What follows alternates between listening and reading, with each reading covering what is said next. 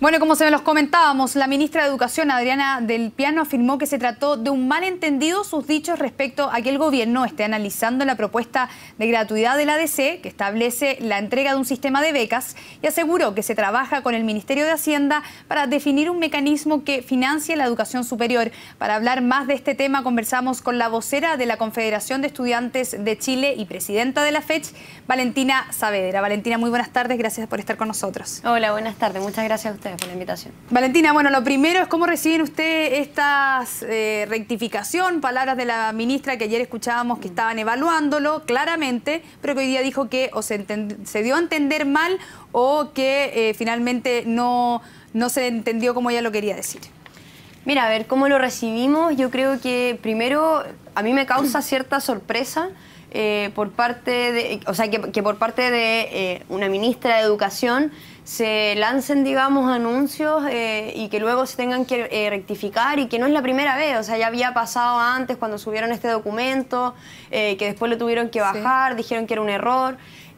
Pasaba también antes con el ministro Izaguirre, entonces pareciera ser que es la tónica esto de, bueno, a ver, lancemos ideas y veamos cómo se reciben, y si no después nos desdecimos. Pero creo que es un problema que, bueno, sobre todo lo que se dijo ayer, que incluso contradecía lo que había dicho la presidenta Bachelet del 21 de mayo, y que como que no se entiendan las consecuencias de los dichos. O sea, una ministra de Educación, imagino que sabe cuál es la diferencia entre gratuidad y becas. O sea, becas no son gratuidad.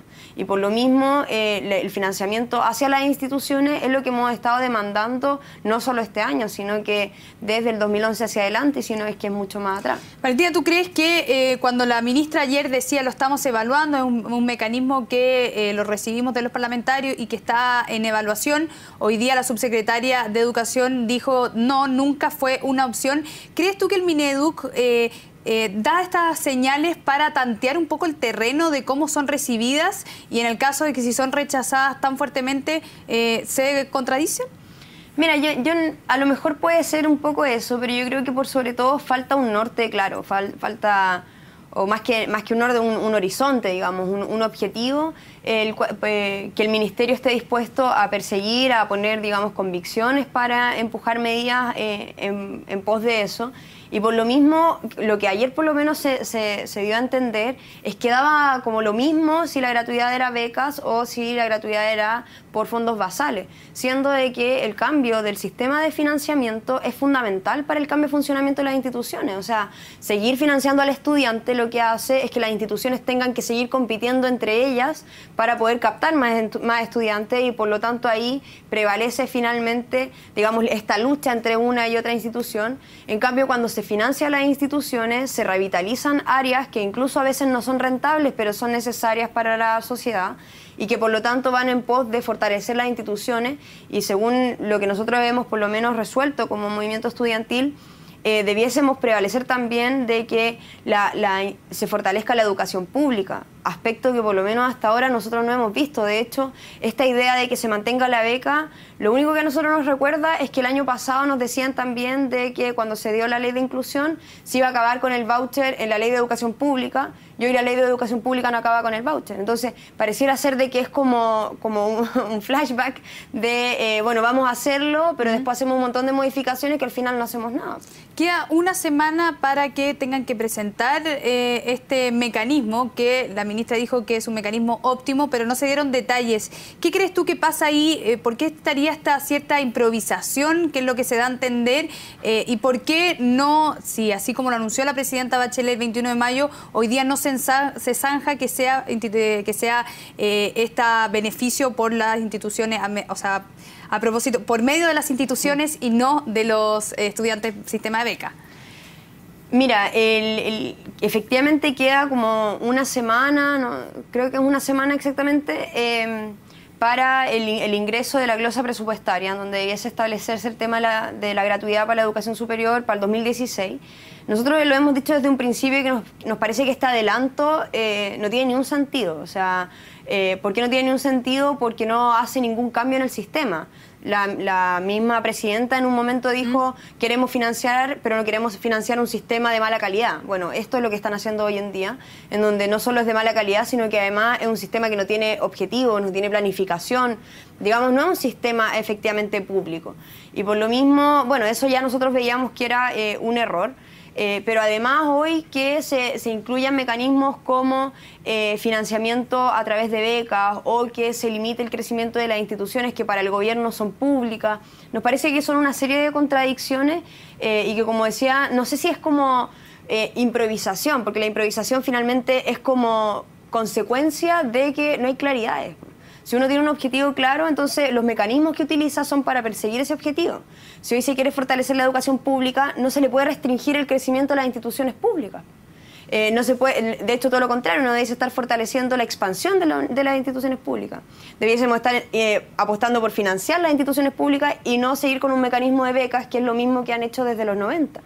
Entonces, ese objetivo, bueno, lo tenemos o no, claro, nosotros estamos de hecho en mesas prelegislativas con el gobierno. Sí, ¿cómo van esas mesas? Y de hecho nos han dicho, no, si el objetivo también es fortalecer la educación pública. El problema es que las medidas que toman no van en esa dirección, ni en educación escolar con lo que hicieron el año pasado, ni con lo de desmunicipalización que hoy están ofreciendo, ni con lo que han hecho en carrera docente, que fue todo el problema que tuvieron con los profesores durante este año, y ahora también lo vemos nuevamente en educación superior. De hecho, nosotros ahora estamos llamando a una nueva marcha que aprovecho también de hacer la convocatoria, de invitar a toda la familia, a los estudiantes, porque esto ya igual está, digamos, haciendo agua por todas partes. No solo el sistema, sino que el mismo gobierno está poniendo en riesgo una reforma que, si se está hoy discutiendo una reforma, es porque el movimiento social pidió que hubiese una reforma. Y hoy se está poniendo en riesgo con esta ambigüedad de estos dichos, desdichos, y que finalmente son una forma de construir algo que se desvanece a la hora de entrar al Parlamento. ¿Temen que la reforma educacional quede finalmente maquillada, pero que no cambie en el fondo? Eso yo creo que es un temor constante. El año pasado pasó un poco eso, en donde la ley de inclusión terminó siendo, digamos, un mecanismo bastante sorprendente de cómo terminó financiando a las instituciones privadas en unas subvenciones que escapaban un poco de lo que uno podía imaginarse. Creo que es un riesgo, pero de todas maneras nosotros estamos acá peleando por cambios sustantivos, no estamos disponibles, digamos, para simples maquillajes y bueno, en la medida en que si no se logra en este año, si no se logra en el próximo, bueno, somos jóvenes y tenemos tiempo y por sobre todo tenemos convicciones de que las cosas pueden cambiar y nos vamos a seguir movilizando hasta que efectivamente se haga una reforma que responda a las necesidades del país, a las demandas del movimiento social. Valentina, respecto a este mecanismo, ¿cómo debería ser? Por ejemplo, otra duda es cuál va a ser el cálculo de los aranceles que establezca entonces el monto que se le destine a cada institución. En la práctica, ¿cómo debería ser este mecanismo y qué debería abarcar? Que es, por ejemplo, una preocupación que tienen los mismos rectores.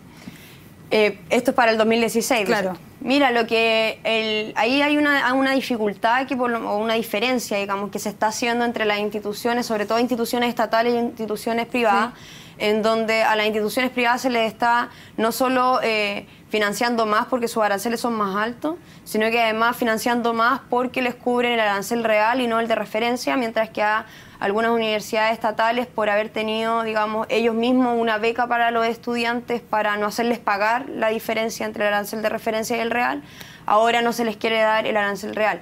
Creo que, bueno, eso es lo mismo que hablaba anteriormente, son medidas que van finalmente en pos de seguir castigando a la educación pública por haber resistido un sistema que finalmente va en contra de ella y que, digamos, también ha hecho que se privatice, ha hecho que cambie sus lógicas, y hoy combatir eso, hacer que se transformen en unas instituciones que sean efectivamente públicas, también es un desafío. Y ahí yo creo que, claro, hay un error respecto a eso, y también hay un error, según mi parecer, que si se le quiere que se homologue, digamos, gratuidad a el sistema de financiamiento. Una cosa es la gratuidad para los estudiantes y otra cosa es el sistema de financiamiento. Las instituciones requieren mucho más que el pago de aranceles. Y por lo tanto, si el pago a una institución va a depender de la cantidad de estudiantes, es lo mismo que el sistema de voucher. Lo que nosotros estamos planteando es que, claro, la cantidad de estudiantes es una variable. No es lo mismo tener 10 estudiantes, sí, que 50, pero no es la única variable y no es la preponderante. Las instituciones hacen investigación, hacen creación, extensión y parte de eso es la docencia y por lo tanto, por lo menos en las universidades. Y por lo tanto, el sistema de financiamiento, que de hecho también es lo que estamos discutiendo en las mesas prelegislativas, no puede mantener esta lógica de que el que puede captar más estudiantes finalmente sale favorecido, sino que cuánto contribuye también esa captación de estudiantes a el sistema público y a la sociedad.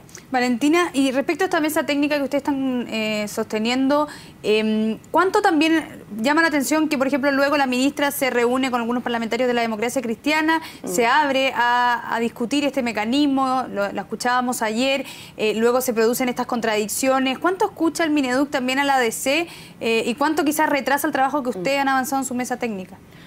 Mira, yo creo que claramente si hay parlamentarios que quieren plantear propuestas está bien.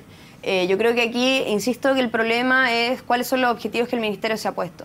Si el Ministerio está por hacer una reforma sustantiva que responda a las demandas del movimiento social, bueno, entonces construyala con el movimiento social. ¿Crees que hay voluntad? Yo creo que, no, o sea, creo que así como si hay o no voluntad, no creo que sea el problema. Yo creo que el problema es que si hay convicciones reales de hacer los cambios. Nosotros lo decíamos también el año pasado, que el ministro Izaguirre un poco cayó en lo mismo, de bueno, tenemos que escucharlos a todos, dejar contentos a todos y al final no dejan contentos a nadie. Si se hace política y si es gobierno, siempre van a tener oposición. La discusión es con qué aliados quieren buscar. Si quieren buscar aliados en el movimiento social, bueno, entonces construyan la reforma junto al movimiento social, respondiendo a las demandas del movimiento social, pero si están por responder finalmente al mismo sistema que hoy existe y no hacer cambios, bueno, construyanlo con la ADC, pero por lo menos que lo dejen en claro, porque el programa de la nueva mayoría y la campaña de Michelle Bachelet, por lo menos decía de que acá los cambios se iban a hacer con los actores sociales. Valentina Saavedra, muchas gracias por haber estado con nosotros en CNN Chile. Dale, muchas gracias. Hasta pronto.